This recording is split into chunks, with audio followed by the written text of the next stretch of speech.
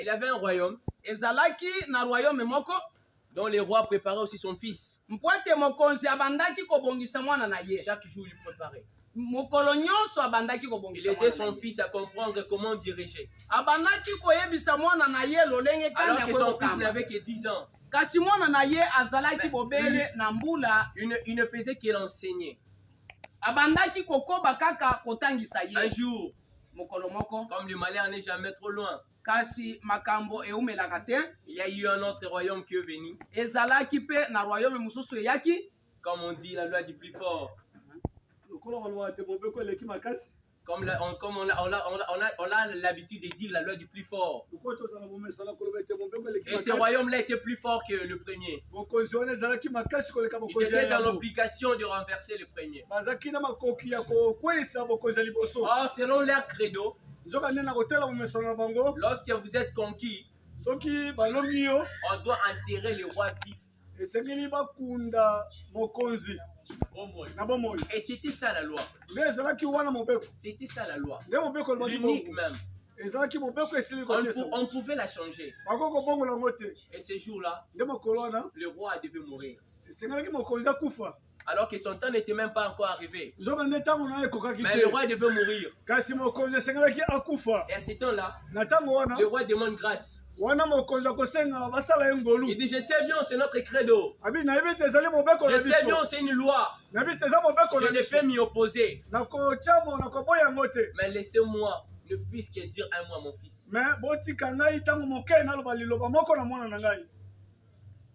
On dit au roi, ok, vas-y. Le roi s'en va. Il va vers son fils. Parce que tous les royaumes devaient être là pour assister à ce spectacle. Le roi vient et dit à son fils, il vient lui chuchoter à l'oreille, n'oublie pas qui tu es. N'oublie pas qui tu es. C'est ça le seul message du roi. Et le roi retourna. Il retourna. Et on l'enterra. C'était la fin de l'histoire de ce roi. Et cet enfant, au fur et à mesure il grandissait, au fur et à mesure il était élevé, il se rappelait toujours de ce qu'il disait son père. N'oublie pas qui tu es. C'est ça notre situation d'aujourd'hui. Adventiste, Dorcas, Maman Mifem, n'oublie pas qui tu es. Que nous dit la Bible? Et ce qu'il faut savoir, oublier, c'est perdre le souvenir de quelque chose ou de quelqu'un. C'est négliger qui on est vraiment. C'est s'en foutre de sa personne. Oublier peut prendre aussi le sens de s'ignorer. Mais écoutons un peu ce que la Bible nous dit. Livrons nos Bibles dans le livre des 1 Corinthiens, le chapitre 6, le verset 20. Pour être rapide, ma Bible dit ceci. Car vous avez été rachetés à un grand prix. Glorifiez donc Dieu dans vos corps et dans votre esprit qui appartiennent à Dieu. Car vous avez été rachetés. Car vous avez été rachetés. Tu as été racheté à un grand prix. Tu as été racheté par le Fils du Très-Haut. Voilà qui s'oublie. Tu es la postérité d'Abraham. Voilà qui s'oublie. Tu es celui qui a été racheté par un grand prix.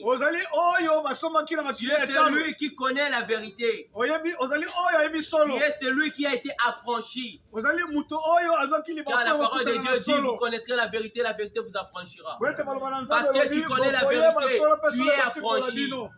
Jeunes gens, jeunes mamans, papa, vous êtes affranchis. Vous êtes affranchis. Affranchis de la condamnation. Affranchis de la malédiction, comme le dit en 1 Pierre 1, 18 à 19. Tu es affranchi. Toi, tu es affranchi.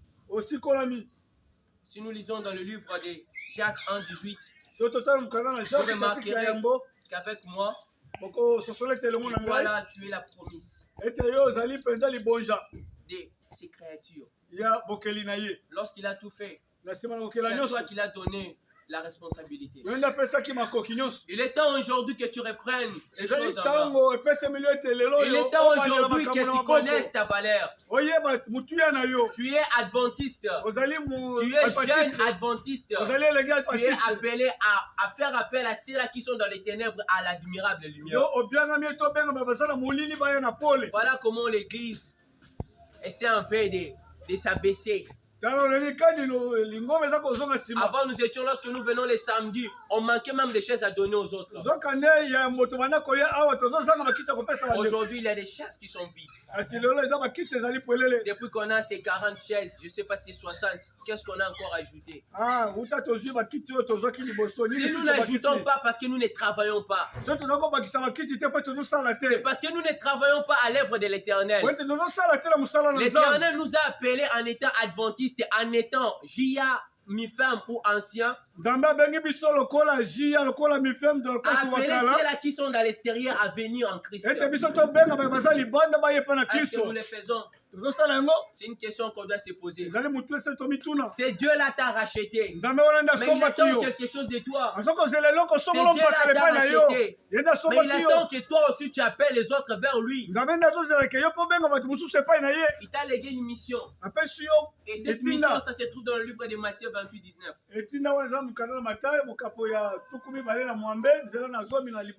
Et cela dit ceci. Allez. Faites de toutes les nations mes disciples. Ce message te concerne. Mi-femme, ce message te concerne. Dorcas, ce message te concerne. Allez. Allez. Faites de toutes les nations mes disciples. Le baptisant au nom du Père, du Fils et du Saint-Esprit. Et si vous allez trop loin dans le livre, dans le verset 20, il dit, et enseignez-leur tout ce que je vous ai prescrit. Chaque jour, je vois le papa qui est là pour nous enseigner. Nous apprendre les carnets, nous apprendre la Bible. C'est ça ce qu'on nous a enseigné. Et ce n'est pas pour que nous puissions les garder pour nous seuls. C'est pour aller aussi vers les autres. Et les apprendre comme nous aussi nous avons appris. Nous sommes appelés à être une lumière, à éclairer le monde, à montrer au monde, voilà le vrai Dieu. Mais pourquoi tu as honte de dire à tout le monde tu es adventiste? Pourquoi tu as peur de sortir ici et commencer à parler de la part de Dieu? Pourquoi tu as même peur de te promener avec ta Bible? Pourquoi tu as peur de t'habiller en Dorcas? Ce sont tes habitudes. Ce sont tes comportements qui te poussent à faire cela. C'est parce que tu as peur. Mais tu es racheté. L'Éternel t'a équipé. Il t'a équipé de toutes les armes possibles pour que tu puisses réussir à cette mission. Il a mis autour de toi des anciens, des diacres qui t'enseignent chaque sabbat. Le mercredi, vendredi, nous enseignent ici. Mais pourquoi le nombre de mamans et de papas surpasse nous, la jeunesse? Pourquoi nous n'arrivons pas à faire appel à nos amis? Qu'est-ce que nous passons du temps avec eux? Nous leur parlerons que des choses futiles. Nous échangeons aussi des choses à venir. Oh,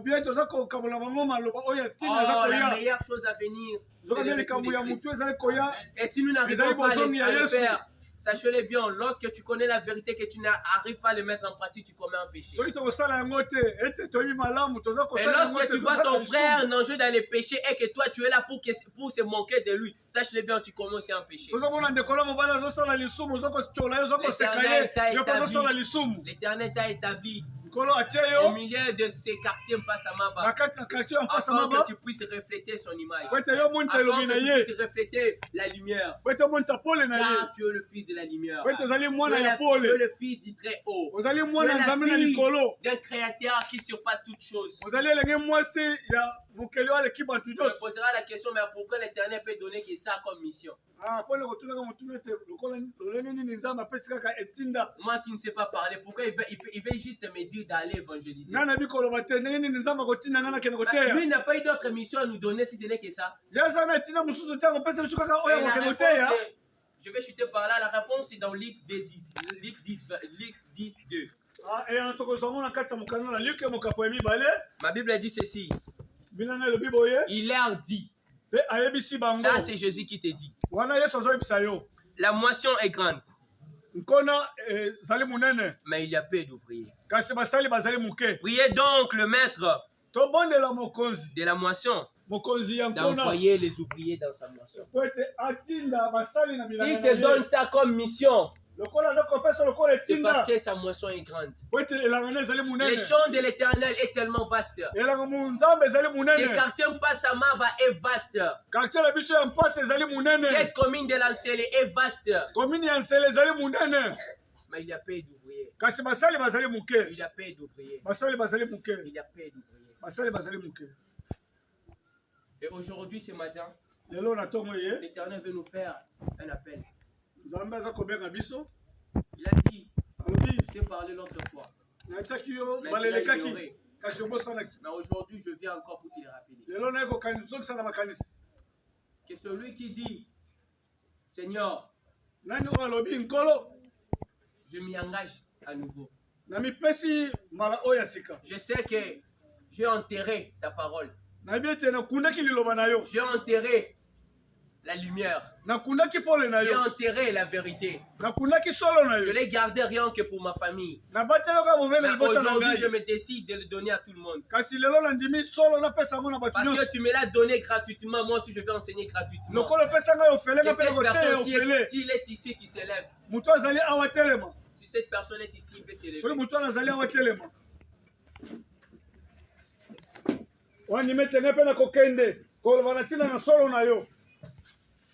Seigneur, je dis, je me décide que ma bouche ne parlera que de ta part. Que mes amis seront aussi tes amis. Car qui dit l'ami de le Seigneur, car qui dit l'ami du Seigneur, c'est celui qui observe et obéit au commandement de Dieu. Mes amis seront ceux-là qui obéiront à tes préceptes. Si tu es là, lève-toi. N'aie pas honte. Lorsque Moïse était devant Dieu, sur le mont Sinaï, l'Éternel a demandé, qu'as-tu? Moïse croyait que l'Éternel va lui donner les soldats afin d'aller vaincre Ramsès. Or l'Éternel lui dit, le bâton que tu as, c'est ce que j'utiliserai. Avec le peu de connaissances que tu as, c'est cette connaissance qui amènera les gens ici. C'est cette connaissance qui fera remplir cet espace. C'est cette connaissance qui fera en sorte que ces jours-là, que tous, avec nos amis, nous puissions chanter Hosanna, Hosanna.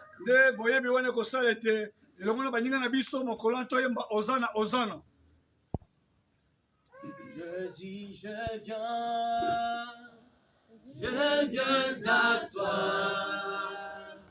tel que je suis, je viens à toi. Jésus, je viens à toi, tel que je suis, prends-moi. Le pasteur afin de prier pour cette génération, cette église qui doit s'engager pour l'œuvre de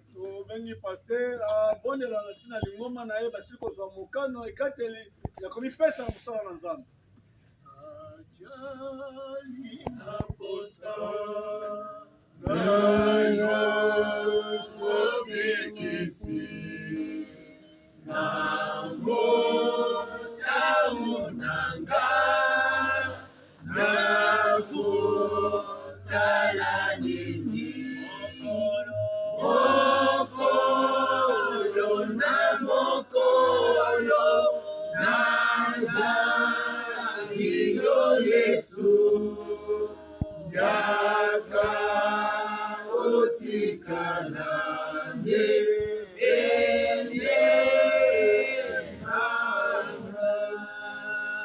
Zambe monene, Zambe yamawa, mokonzi na bakonzi, tongo esili kotana pona biso ba oyo silaki kopona potoya na kati na etumbe na yo, kokumisa yo, kosanzula yo, kombo na yo ekumisama. Amen. Na tongo ya lelo nkolo, tozali komi bonza na maboko na yo, po tozala instrument ya evangelisation na bisika oyo sili kopesa biso. Amen. Kolo latisa biso na molimo mosantu, kolo pesa biso makasi ya molimo pe ya nzoto, po toyeba kote ya sango malamu.